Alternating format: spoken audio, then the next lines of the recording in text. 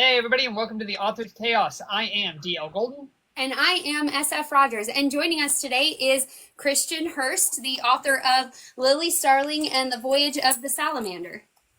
Hi, everybody. How you doing, Christian? I'm great. I'm great. Good. Glad to be here. All right. Why don't you tell us a little bit about yourself and about your writing style or writing genre, the genre. Sure. Sure. Yeah, I'm Christian Hurst. I've been creating and storytelling for as far back as I can remember. But in my professional world, I'm a creative director, and I've worked in advertising, and marketing, and branding, that sort of thing, and which is a lot of fun. But I've also been an artist, my whole life, and I've been telling stories since I was really young, and drawing comic books, and writing everything from short films to just all sorts of stuff. And so it was recently I was kind of like, it's just I really want to get my work out there into the world, and allow and I don't know, do something that's not for a corporation at some point, and so that's my story. I've always had all these ideas for different stories, and I finally just kind of nailed one down that I would roll with. And so I was just talking about it earlier that Lily Starling, I published the first book in January, and then the second book is actually going to be coming out for pre-release shortly, because I was working on the two of them together. And so it's a fast follow, and I've actually got a little bit of a fan base, and they're really looking forward to it. I'm excited because I think the second book is way better than the first one. So I think we all feel that way about our second work because we've got a little bit of writing under our belt. We've got a little bit of like the marketing down better. It feels like it flows right. easier once you hit that second book, Yeah. for sure. Yeah, So, absolutely. And learning some lessons, I was new to all of this because I have a lot of experience in the media world, but the publishing world is a little different. And so, kind of like having to retranslate some of my skills over. Right. Well, and after you finish the first one, it feels like such a gargantuan task to get it published. And it's funny because publishing itself is actually the easiest part of the process. Yeah, It's a few clicks and an upload, and that's it. But getting to that second book, I feel like at least when I released Odyssea, the second book was a whole lot easier for me to flow through, and it felt like it was way more cohesive and way more well thought out than Origins was. And it's interesting. Do you feel it's that way for the second one for you too? yeah, a little bit. So part of what I like so much about the second one is that I don't have to establish all these characters. So there's a little bit of it. I think in the introduction, I reintroduce the audience to the characters kind of briefly. But the arc of the first book is very much about finding yourself an identity, and forging your own path. And with sort of a subtext of like experiencing loneliness, and breaking out of that trap of loneliness. And that's why I wrote in the YA category, because that's sort of the message I wanted to tell. And I think that young people really need to hear that. Sometimes it's like if you will feel alone, but you don't have to feel that way forever. And it's not, you're not stuck in that cage forever. So that was the first book. And then I'm excited about the second book because I have established these characters, and now you're going to see them mess up in different ways. So in the first book, it's kind of this arc, and I don't want to say predictable, but by the time you get to the end of it, it's pretty satisfying. The second book is messier. Things happen that I think will throw people off, that I hope they're like excited about in a good way. But and the characters are not perfect, and that was something that was really important to me. I like that. so Lily Starling is sci-fi, correct? That's right. So like a sci-fi found family. I am such a big like proponent of found family. My own female main character is like the other characters say that she adopts strays. So people that she comes in contact with, she just adopts them and they're like her friend. And was it easy writing that found family like trope? Yeah, absolutely. A couple reasons. So, for me, it was important because I grew up kind of weird as an outsider, and like I'm not saying that as like a resentful way or Yeah. anything like that. It's just I always kind of felt like I was on the outside looking in, and so I relate to that, and I feel like I had to have a journey to find my own identity and those that understood me, Mhm. and I've been very fortunate to always be surrounded by supportive people and people that love me, but I think I identify with that need for connection. And so, yes, it came naturally. The other thing is, I'm a nerd. I grew up on Star Trek, and I grew up on these shows where, like, you have this sort of, um, a lot of these kinds of groups that are found family. But the one thing I like about Star Trek in particular was it's kind of these almost work relationships where it's like it's a workplace. I don't know if everybody looks at it like that, but it's like very professional. These people Right. treat each other with respect, and they all have their skills, and they support each other, and in that way. And so I think found family, but also just treating each other with respect and appreciating uh, what we all contribute. Hmm. Right. I like that. And so, this series, you said you have been working on the first two simultaneously. So, the first one released back in January. This next one is trying to hit Amazon in July, correct? Yeah, the pre-release will go out next week, so yeah. Oh my Very close. goodness. So, how many books are we talking in this series total? I've already told people that there are going to be at least five, and so I have roughly charted out five books. The and not like George Lucas had six movies in mind. No, but no, I actually have an idea of six books or five books. The thing is that as I've been writing, I've been thinking of more and more that this world could do. So there might be spin-offs, there might be other adventures, but I think the Lily Starling main storyline is going to be five books. That's so cool. You say you're a nerd, right? Like you grew up watching all of those like Star Trek and stuff. We grew up with Firefly. Like my parents were big Oh yeah, Firefly fans. So like that type of found family has always kind of resonated with me, but they were also Trekkies. They also watched all of the Star Wars. So we grew up in fandoms. We understand fandoms and stuff. So what yeah. inspired you, like what was it that inspired you to write write this, like write from Lily's perspective? Well, because I'm a fan of all these things, and I'm a fan of. I like the new Star Trek shows too. I like a lot of the new sci-fi that's on. But one thing that, well, two things that kind of hit me about the sci-fi that's on TV, at least today, and a lot of what's being published in comics and books, is one, it's extremely dark, and I wanted something hopeful, especially like a hopeful message, and not like hopeful in a dystopia, like like kind of analogous to our world where you can have problems, but you can overcome them. And then the other thing that I thought was that some of it's not very approachable, and so you're either in this totally different reality, or else it takes the reader or the audience quite a while to catch up with what's going on with all the characters because it's Yeah. like not non-linear storytelling and that kind of thing. So I wanted kind of old school pulp sci-fi space opera with a protagonist that was modern, like a diverse set of characters. I wanted queer representation specifically. I wanted it to be approachable. So Lily in the beginning of the book, I don't know if you've read it at all, but the she is like in our world. I mean, she's in 2010 is when I Mhm. said it, and then she gets propelled into this whole future adventure. And so, I write in the third person limited, so everything is from her perspective, and the audience enters, and she has like no memories, which I know is a trope, but I did that for a reason. She has amnesia. She has no memories because the reader comes in at that point. So you're just a normal person on Earth, and you don't know anything that Lily doesn't know, and she doesn't, the same. And so once you get into the adventure, you're you're right along with her perspective through the whole That's thing. So awesome. Well, and there's something to be said for a character that you can develop and grow with.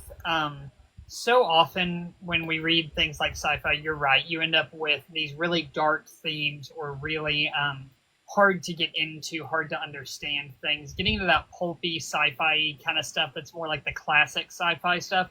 I think there's definitely room for that kind of stuff in today's oversaturated market of stuff that is way too dark, way too harsh, way too complex for people to jump into. Right. Right. thank you. And I think like there's room to be silly. I love that, some of that old stuff. It's just, and I like that because life is silly sometimes. You could be in the darkest, shittiest, sorry if I can swear, You're but good. You're good. You're good. You're good. Don't just worry about the it. you could be in like this dark mire of a place, and like I don't know about you, but my wife and I turn into stand-up comedians when we're in a stressful situation, so it's like you see the silliness in life and it helps you survive, Right. and so these I watch some of these dark sci-fi shows like on Apple TV and stuff, and I'm like, nothing is this depressing all the time. Like there's got to be some Like levity. someone eventually does pop off with a, okay, I guess we're doing this now. Right, yeah, Well, right, exactly. I appreciate the camp because, like I said, there is so much depressing stuff out there, and there's a time and place for that melancholy kind of feel. But there's also a time Sure. and place for some camp and corniness and fun to be had in stories, and otherwise they just become a slog to get through.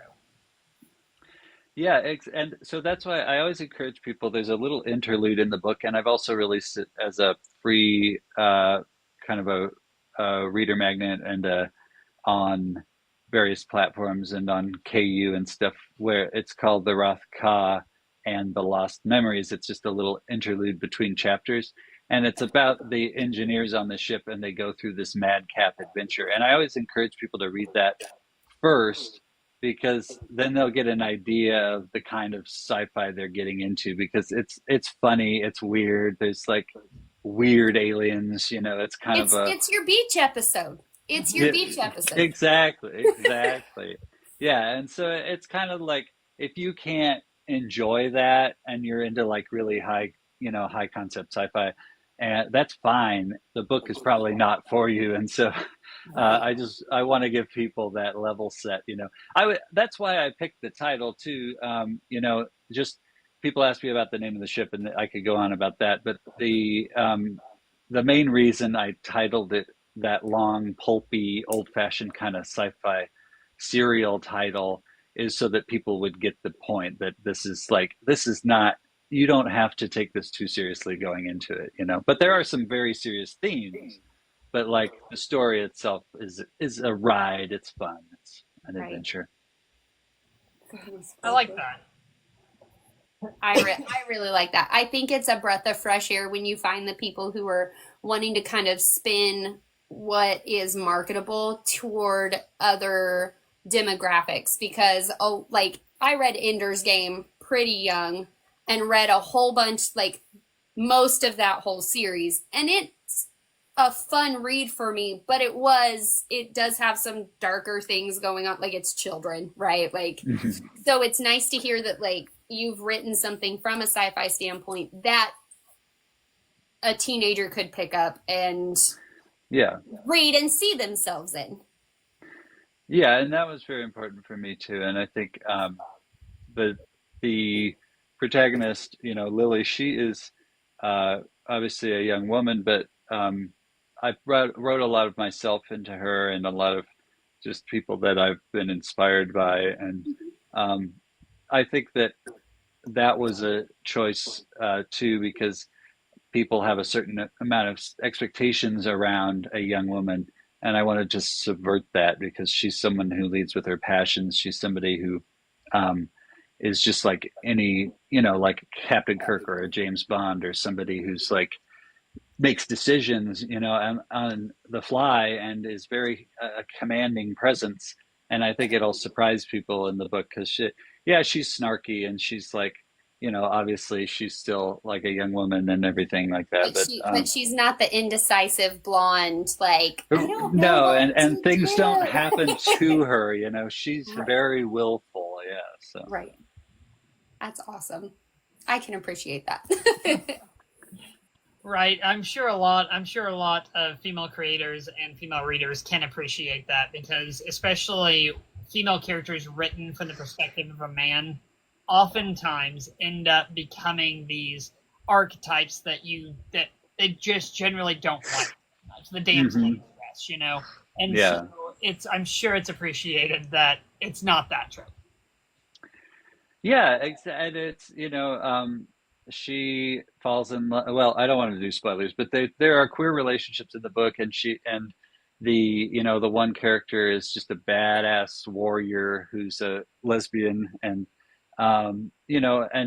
Captain Callan, who is kind of like the typical like white guy captain of the ship, but he's gay. He's married to a man, and they Mhm. talk about that openly in the book. So that I wanted to have some of that. People are like, "Well, it's really gay," and I'm like, "Yeah, it is." So Welcome to the world. get Welcome to the over it. world. Welcome to But the that's world. like the world that I want to live in. It's like real, a diversity Yeah. of different people. But another thing I like about Lily is that I literally have her like rolling her eyes at things in the book that I have rolled my eyes at in like sci-fi, where I'm like, Right. really, is that guy serious right now? That kind of thing.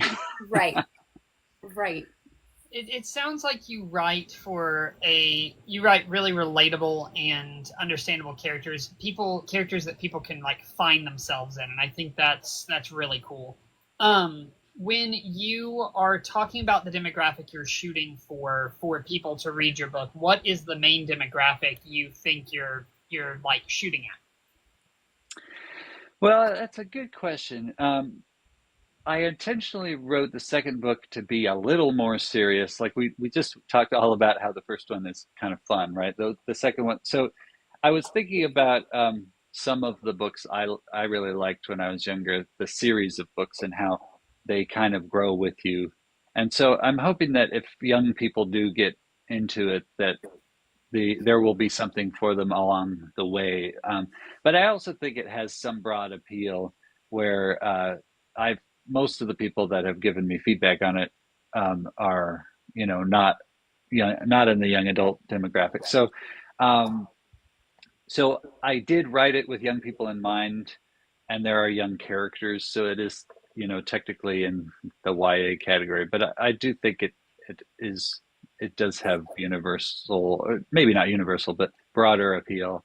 But I think especially the first book, I kept in mind that 17-year-old, 16, 17, 18-year-old, because I know for me, that was a time when I felt really lonely. And that's like one of the main messages of the book. And in the first part of the book, it's like a monologue, for kind of a log that Lily wrote. And it's the only part of the book that's in the first person because I hate writing in the first person.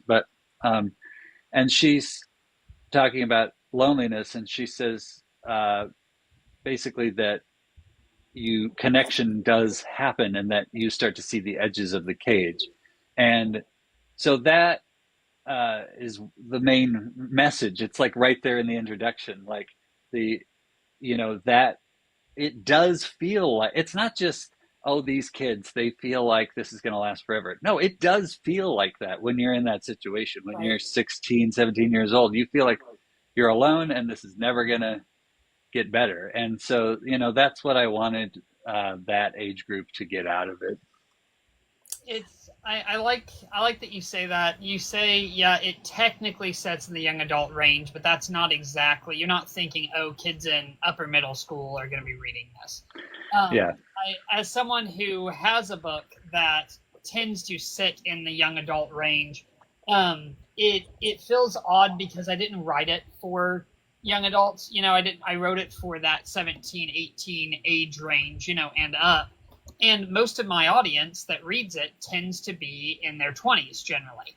And so it's interesting to see another author who you tend to fall into the young adult category by accident, almost Right. on purpose. Yeah. And you're right, because I wasn't thinking, what category does this book fall into when I started writing the story? The story always comes first in my mind. But Right. I don't think any of us originally start out like with a dead set. I want this to be this age group because I've written, like, I wrote a contemporary romance that's good for all ages, but my fantasy romance is not something I would sell to anyone younger than 17, right? I'd be like, oh, hey, you really need to, your parent needs to read this first. right. Like, let your mom read this and then she can tell you if you can read it, right? Like, but I don't think I love that you geared it toward them, but you also aren't gatekeeping it for them because I feel like we sometimes get into that problem where we're like, oh, this is only middle grade, this is only for this age group, and then people miss out on someone's like love child. So like I appreciate that you're not like you're like it's for everybody. Right. And I really, people who know me know that I'm about inclusivity, and I hate gatekeeping. That's one of my pet peeves. And, just automatically dismissing people and that kind of thing. It's just not my jam. And so, yeah, I think until you're like Brandon Sanderson and you want to dominate every single category out there, then you don't go into a book like saying, I'm writing this for this demographic or whatever necessarily. It's Right. like, not to throw down Yeah. on the Sando there. We like Brandon. We like Brandon Yeah, Sanderson. Shout out to Brandon Sanderson. that's right. Well, and that comes to the idea of allowing your story to breathe in the way it needs to breathe. I know that you talked about that you have 5 books essentially planned out. Do you consider yourself a heavy planner, or do you kind of allow your characters to go about how they're going to go about and see how things go, like a pantser would? So yeah, I've been asked that question a lot, and I have things in common with a pantser, but I do plot, and the thing is, the I call it linear storytelling. So the way that or linear writing, excuse me, um, I there's this myth about Shakespeare where he would sit down and write a whole play and never go back and change anything. I don't know if that's true or not, but ever since I was young, that's always the way that I've written, and it's always serviced me, which is like if I write myself into a corner, I try to write myself out of that corner instead of going back and changing things that I wrote before. And so I try to get through the whole story that way, and then I can go and clean some things up afterwards. But to me, and I know this definitely doesn't work for everybody, but to me, that makes the story sound more real because these people are like they're people in my mind, and I have to think of how they're going to work out these problems, that come up along the way. So I've plotted it out to a point, and then as I'm writing it, I encounter certain problems that I've created for myself, and then I try to figure out, how to get out of those. So that I would say maybe 2 or 3 times in the first book, I had to go back and change something that I just totally forgot about as I was writing. Uh, yeah, exactly. But and I did. I'm working on finalizing a couple things in the last chapter of the next book, and most of it's already edited. But I'm working on a few little things, and then I was like, you know what? I forgot all about Shirathel. Shirathel was kidnapped in chapter 4, and then I never mentioned And her she's just been kidnapped the again. whole time. So I really have to figure that out. So people who watch this are going to know when they read the second book that, she just sort of fell off my radar. She was just kidnapped the whole book. It's fine. Yeah. It's fine. Oh my goodness. So we like to ask this question of all the new authors that we interview that we haven't heard from. What's one piece of writing advice like you've heard or been given that you kind of stand by or like is the hill you would die on? Yeah, that's a good question. And for me, it is that no one knows what they're doing. So people are going to give you advice and say, this is the right way to do X or Y. And it's not necessarily for you. I mean, I think taking advice is great. I think giving advice is great. but you really have to figure out how it works for you. And that is something that, it took me 20 years of creative experience before I got confident enough to just put my own work out there and, put my name on it and say, I'm going to publish this, because it was all those years of like putting work out there and getting feedback and understanding that, you know, nobody knows what they're doing. We're all just doing our best out here, and we're all just trying to figure out what works. And so when someone posts on LinkedIn or whatever on TikTok and says, here are the 5 ways that you're going to blah, blah, blah, they don't know any more than you know. And so that would be my biggest piece of advice, is just forge your own path and figure out how to do it and what works for you. Yeah, educate yourself. I heard a great quote from Tom Cruise the other day, and I'm not like a huge Tom Cruise fan or anything, but he is promoting his Mission Impossible movie, and he's talking about like hanging on airplanes and stuff, and he said, what did he say? Don't be careful, be competent. And I'm like, that is so good, because like we tend to be overly cautious when we don't know what we're doing. And so educate yourself, learn about, how you want to do something, learn how to do it proficiently, and then throw caution to the wind after that, break the rules, because you want to, it's your art. So go make it the way that you feel good about it and you're happy about it. And some people will love it and some people won't. Right. We kind of stand on the do it scared. Like, yeah, exactly. Do it scared. Like, if you're gonna do it, pull the trigger and go. You can fix, like, first drafts are first drafts for a reason. You can fix it. Like, yeah.